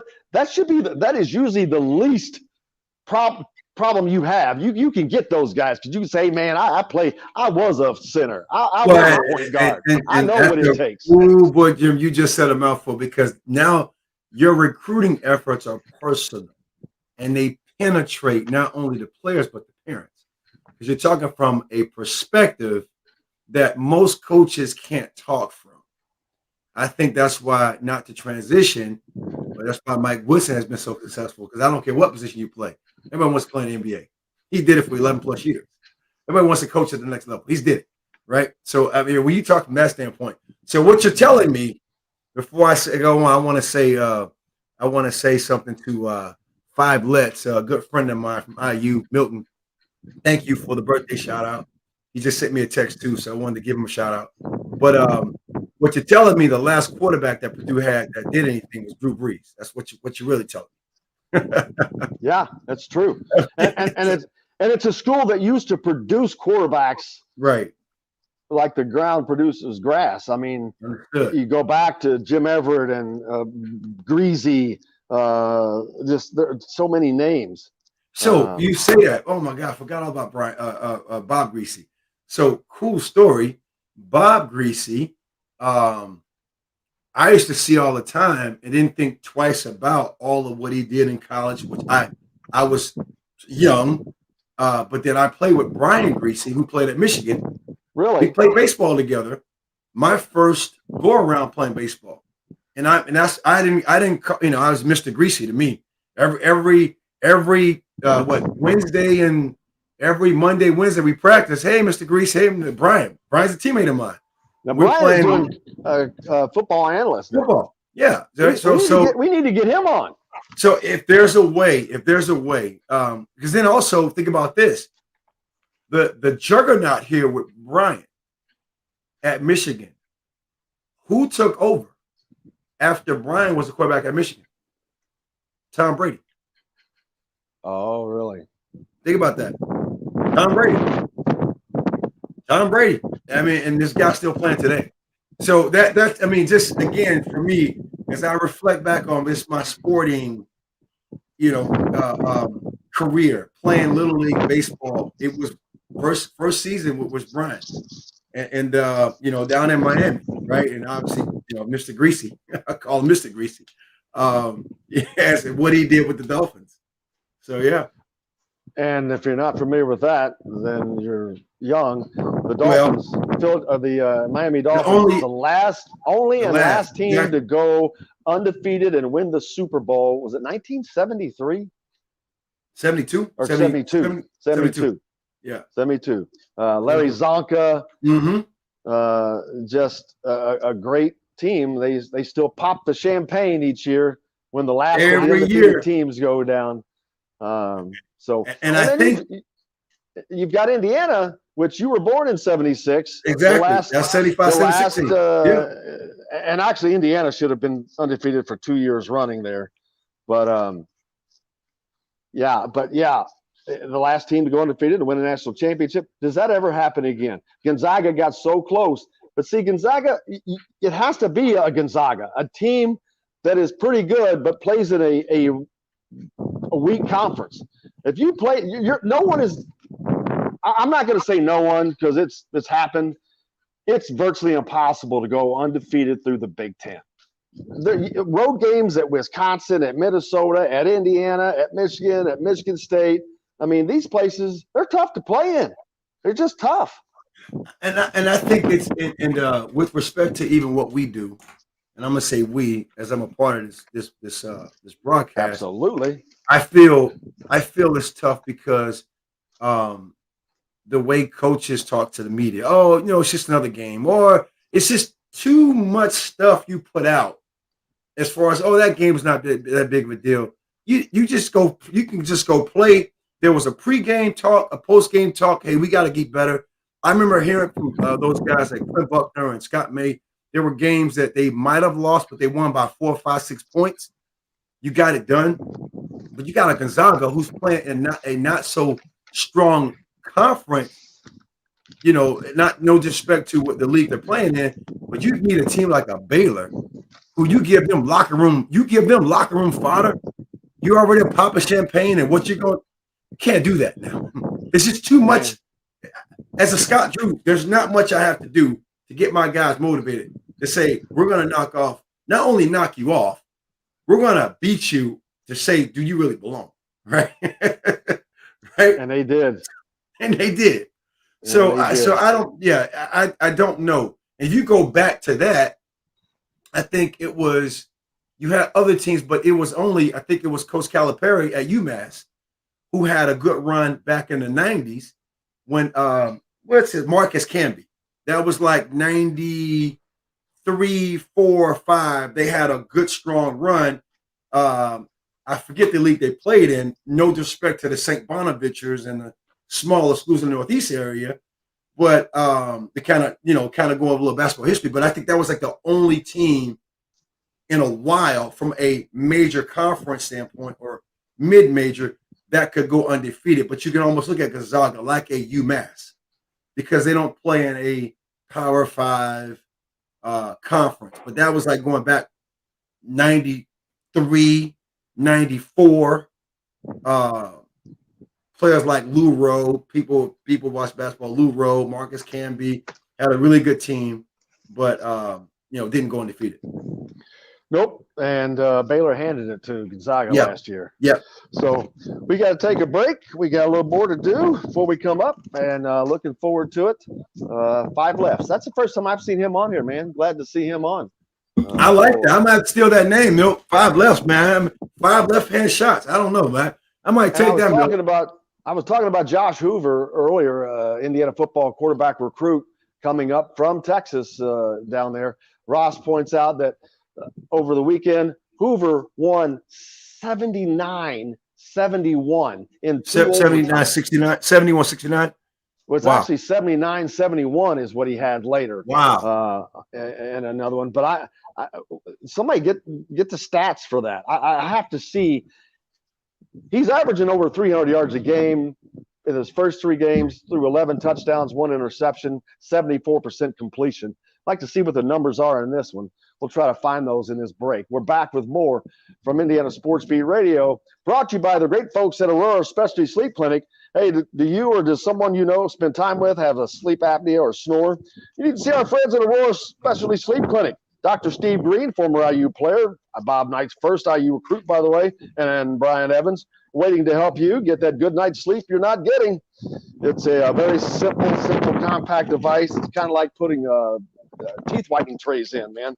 But it works. I can personally tell you that. Visit or give Aurora Specialty Sleep Clinic a call. 4745 Statesman Drive in Indianapolis or aurorasleep.com. Back with more Indiana Sports Beat right after this. We'll be right back to the Golf Club at Eagle Point Studios for more Indiana Sports Beat Radio with Jim Coyle, presented by Andy Moore Honda of Bloomington. Hey, Hoosier fans, whether Hey, go ahead.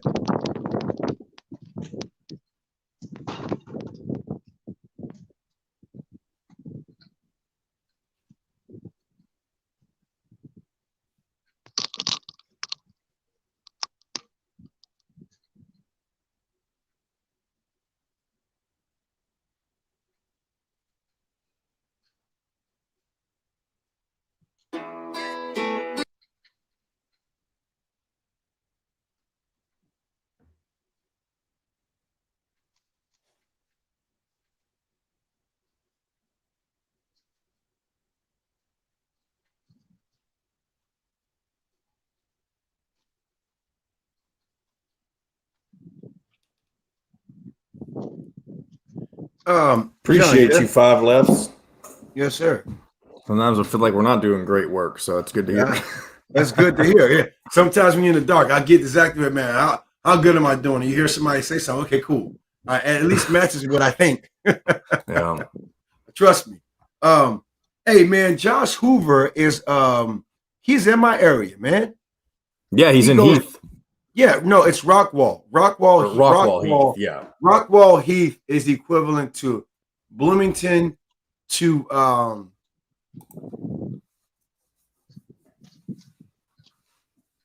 I would say basically it's a 35 minute drive from me to go to Rockwall. Okay. Yeah. I thought he was in Houston for some reason. No, he's here. Yeah, here's the funny thing about it. I saw a parent post on their website the shootout. It was a high scoring game, and it was a very entertaining game. And and they scored 79 points. And actually, some of my players, they go to this high school. So like some of the freshmen I coached that's cool. This high school. Right. So I didn't put 2 and 2 together when I saw this parent's timeline about watching that game and how entertaining it was, how many points that was scored.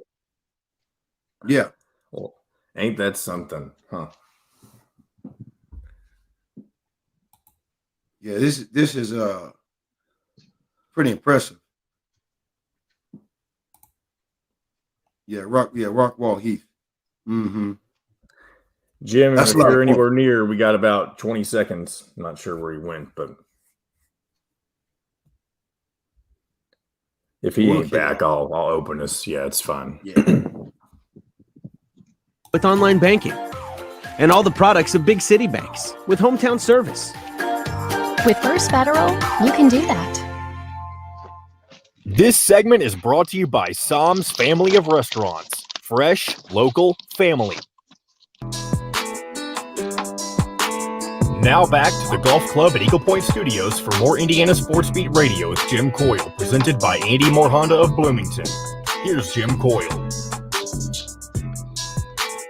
Hello, everybody. Welcome back, Indiana Sports Beat. Jim Coyle here, joined by Charlie Miller, Mr. All-American.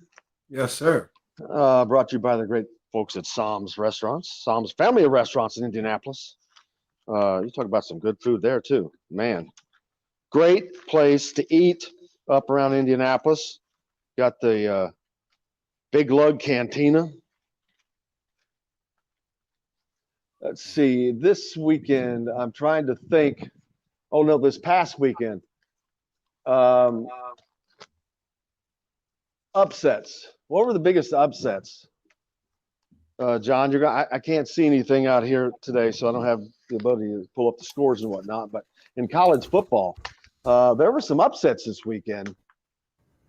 And I'm drawing a blank now as to what they were.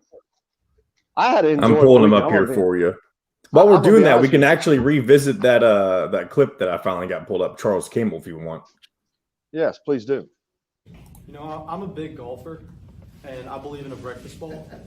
And so I'm so thankful that happened on my first field goal. I just didn't hit it that well. It was a little short. Got the next one, thank goodness. But it was a crazy night, honestly. It was, I mean, I just felt like I was out there kicking a lot, and that's fine. But it was so much fun, honestly. He was. He was out there. He had 4 field goals. So, yeah, I mean, and seriously, that's a 2-point game Indiana wins. He gets 4 field goals, 12 points. Without that kicker. Different. Big difference. And if that one field goal is not stopped, Indiana loses that game. Well, and I got a feeling. I don't know. I got a feeling that you're gonna finally see 2 halves put together.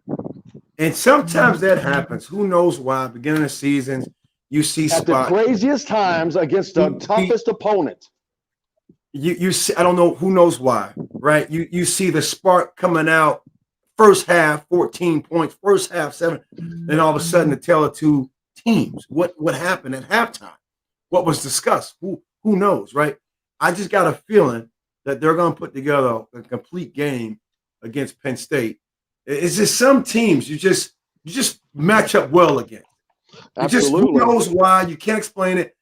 You want the perfect example? 100,000 people, Happy Valley, all that's great. But I just feel we're going to, Penix has a great 3 TDs, over 300 plus yards of passing, accuracy, back in play. I think you're going to see it come together against Penn State. The last time I saw that happen in that weird way was 2 seasons ago in basketball when Indiana beat Michigan State twice. Right.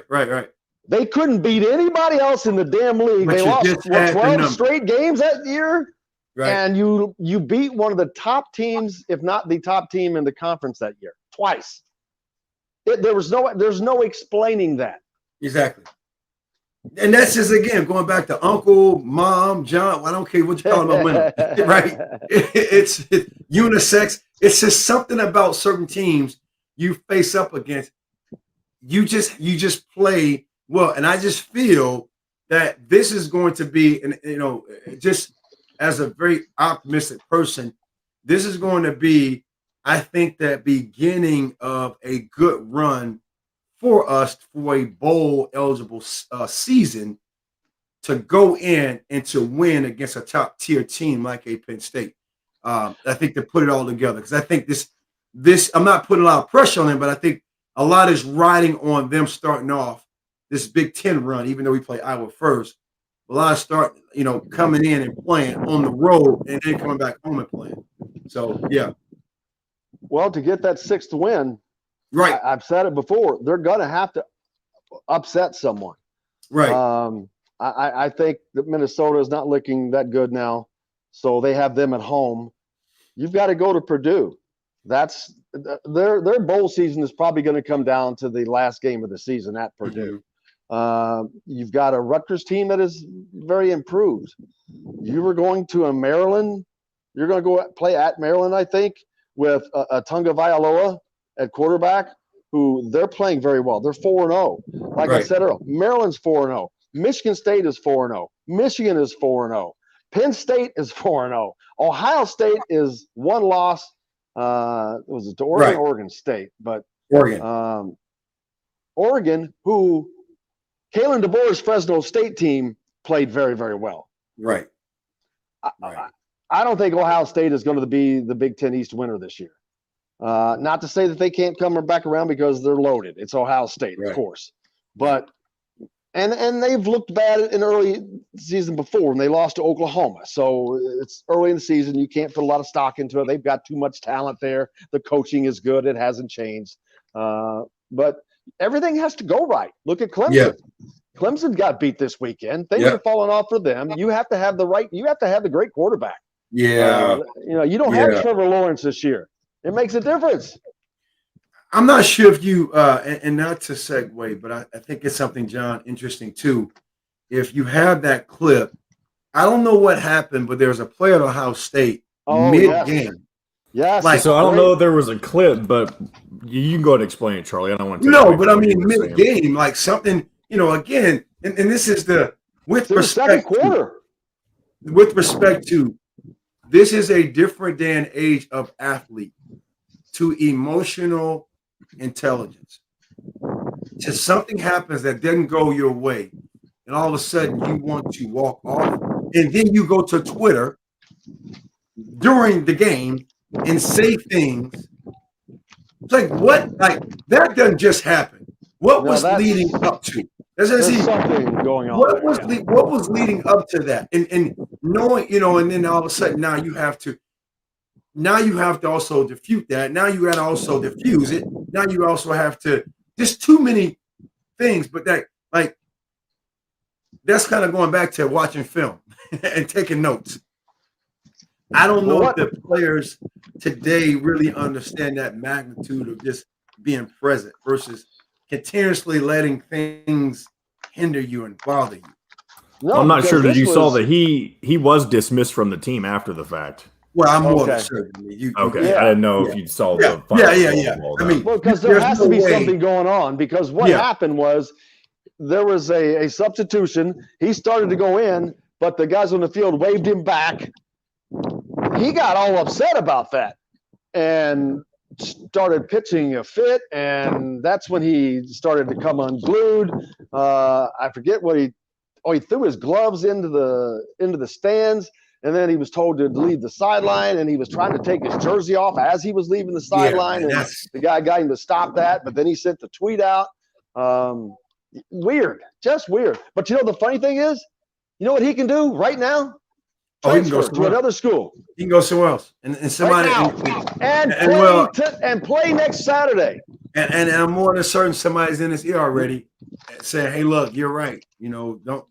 Just come over here and get whatever." Well, no, he can't play next Saturday, I guess, but unless he's a grad student, man. But yeah, that was. I'm glad you brought that out. That was crazy. Yeah, but just in general, as we talk about, can you imagine being a coach and dealing with that in the middle of a major game, and you've got to I'm like, are you kidding me?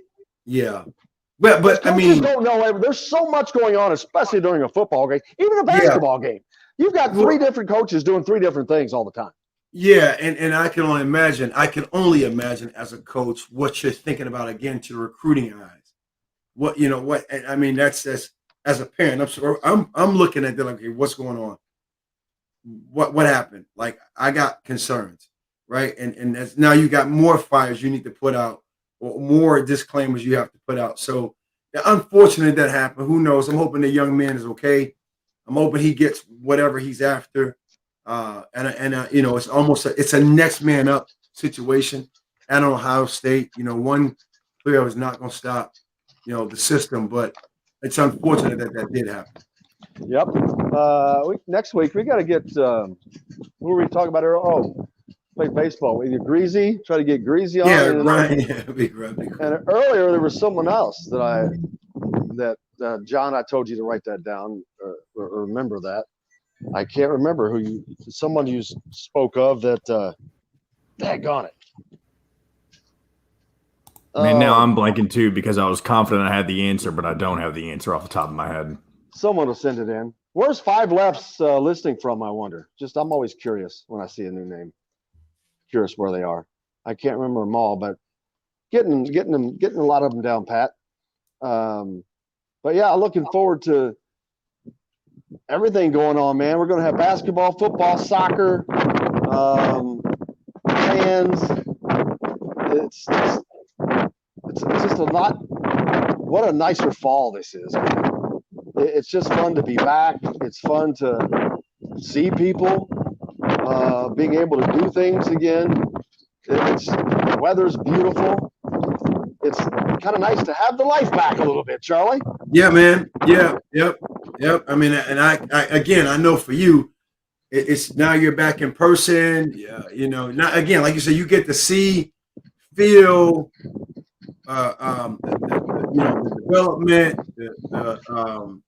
You see the excitement. Now the players getting back at it in all facets of sports, and we talked about this past summer.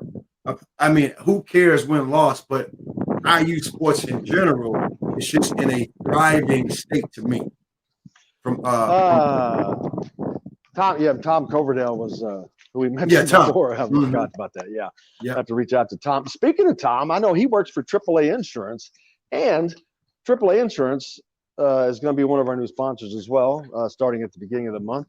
So if you need auto, home, all of that stuff in Southern Indiana or Illinois, we'll have all the information for you. But AAA Insurance, so that's tell him be your guy. He works for AAA, man. That's right. There we go. I'm about to tell you know what? That should be a reason to have him on. Hey, there you go. You should come on. He do a little basketball report with us each week. That's right. The AAA report, baby. I like it. With Tom and Charlie. Love it a lot. Tom's he's a funny dude, man. He was just he was like a guy that you would see playing in the hyper, right? Except for he didn't miss. Right. He was fearless. It's like whatever it takes. Right. And he's such a mild-mannered guy, though. It's not like he has this attitude. He doesn't have this. Cool-headed Tom, you can call him, man. Just even keel. Just easy going. But like you said, was fearless when he played. Just like Dane Fife. No, just kidding. But I know Dane's fire. I know Dane's fire, man. Dane's dad same way. Dane's dad had a lot of fire. If you don't know about his dad, look his dad up. His dad was one of the most winningest coaches in Michigan high school history. In high school, so many state championships and helped a lot of players move on from Division I ranks through the pros. Funny story coming from Miami, Florida. My high school coach went to school with Dane's dad. That's crazy. How crazy is that, man? And literally, so when Dane was in middle school, I had an opportunity to stay at Dane's house. This is so bizarre.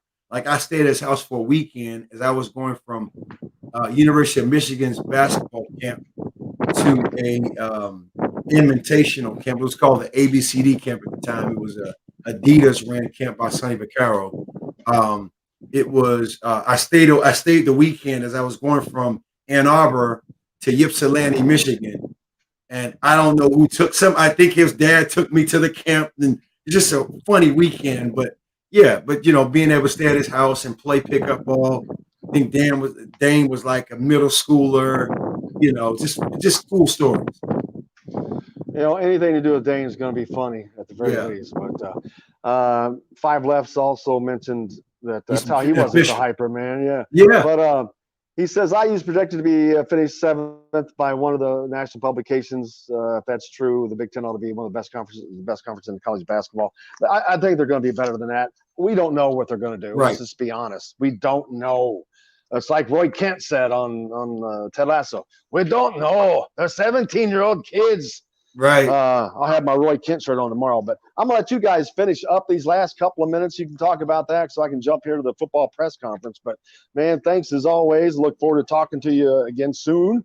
And we'll check in this week. And John, of course, thanks to you as well. But thanks to all of you guys. Without you, we've got nothing to do. And I'm going to go get busy with football and basketball and Charlie and Mitchell Page tonight. So it's a long, long day. It doesn't end, man. Charlie, thank you so much, buddy. It's always a blessing to see you and a great day, Brightener.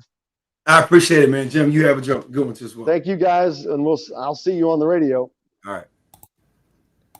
All right, John, the producer, I guess here taking over these last 5 minutes here with Charlie. He was talking about Ted Lasso, and he's been bringing that up a whole lot recently. And I don't know, Charlie, if you've been able to watch Ted Lasso or any of that, but that is one of those shows that I haven't gotten around to that I feel like I'm getting behind on catching up on the lingo. On the Amazon, like is that on Prime? Amazon? It's on Apple TV. Apple TV. There we go, John. Okay, got it. But he talks about this guy, Roy Kent, and I'm pretty sure he just won I don't know if it's an Emmy or an Oscar or what those awards are, but Ted Lasso just swept a whole bunch of awards and at some sort of show that happened recently. But wow, seems like everybody's hopped on that bandwagon. I'm pretty late to the party, Charlie. It sounds like you are too, as far as I'm concerned. Yeah, so I'm looking up. What is this? So it's a show, and you actually may have seen a commercial about it several years ago. The show came together after they had originally made a commercial basing, I guess it was about soccer, but the guy who plays the lead character in Ted Lasso, which is Ted Lasso, Jason Sudeikis, they made a commercial about the Premier League, and it was very satirical and humorous and stuff like that, but they ended up making a whole entire show about it. He's this American football coach that goes over to Europe to, I don't know if he's starting a team or if he's helping a team trying to get back off the ground, but he's never coached European football before. Got it. And so that's kind of the premise of it. So got it. Well, and yeah, because apparently if he keeps saying it, then it must be a popular show, because I see the cover of a guy in like a sweatsuit, and that got a big mustache. Big mustache, but yeah, I never got around to watching it, so I think it might be something to look into. And Charlie, since we got a few minutes here, and Jim normally does this as he's wrapping up the show, what do you got coming up, and what is something that you're looking forward to either this week or just in the future? So actually, the kind of put it out there, man. Actually, I'm very proud to announce. I would say this is I'm getting ready to release one of many basketball products that's going to be online for people to buy, and it's a shooting course. I'm very proud. We're actually putting the finishing touch on it now.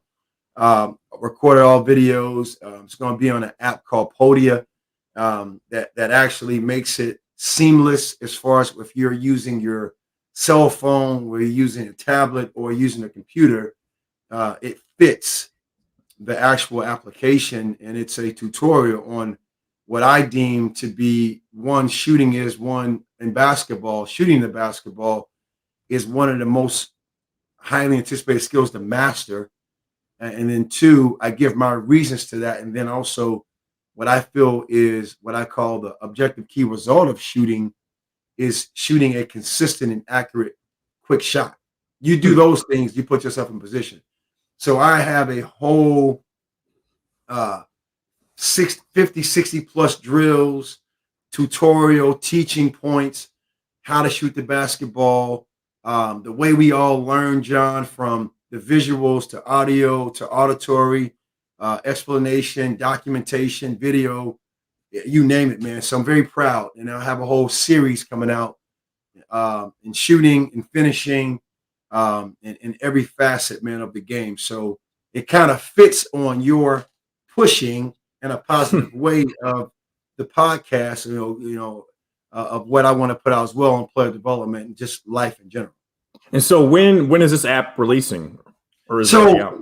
So for me, I'm thinking, all goes well. We're talking about probably less than 60 days.